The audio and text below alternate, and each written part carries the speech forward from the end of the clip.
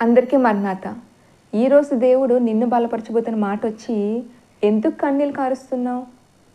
ఈరోజు దేవుడు నీతో అంటున్నాడు కదా, నీకు ఆయన తోడుగా ఉన్నాడు. నీ కన్నీళ్ళు నీ భర్త, నీ భార్య, నీ బిడ్డలు, నీ తల్లిదండ్రులు చూడకపోవచ్చు, కానీ నువ్వు కన్నీళ్ళు విడవడము దేవుడు చూసి ఈరోజు ఈ వాక్యంతో నీతోటే మాట్లాడుతున్నాడు.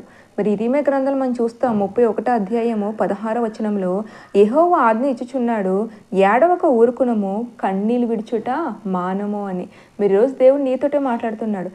ఏడవకు ఊరుకోమంటున్నాడు, కన్నీళ్ళు విడుచుట మానమంటున్నాడు. నీ కన్నీళ్ళు ఆయన చూచాడు, నీ జీవితంలో నీ కన్నీటికి ఆయన ప్రతిఫలం ఇవ్వబోతున్నాడు. మరి ఈ పాటికే నీ ఫేస్లో చిన్న స్మైల్ వచ్చి ఉండాలి. సో వచ్చింది కదా. సో దేవుడు తన బిడ్డల్లో ఈ చిన్న చిరునవ్వే చూడాలనుకుంటున్నాడు. నీ కన్నీళ్ళు ఆయన చూశాడు, ఈ వాగ్దానాన్ని నీ జీవితంలో నెరవేర్పు చేయబోతున్నాడు. ఆమేన్. మరణాత.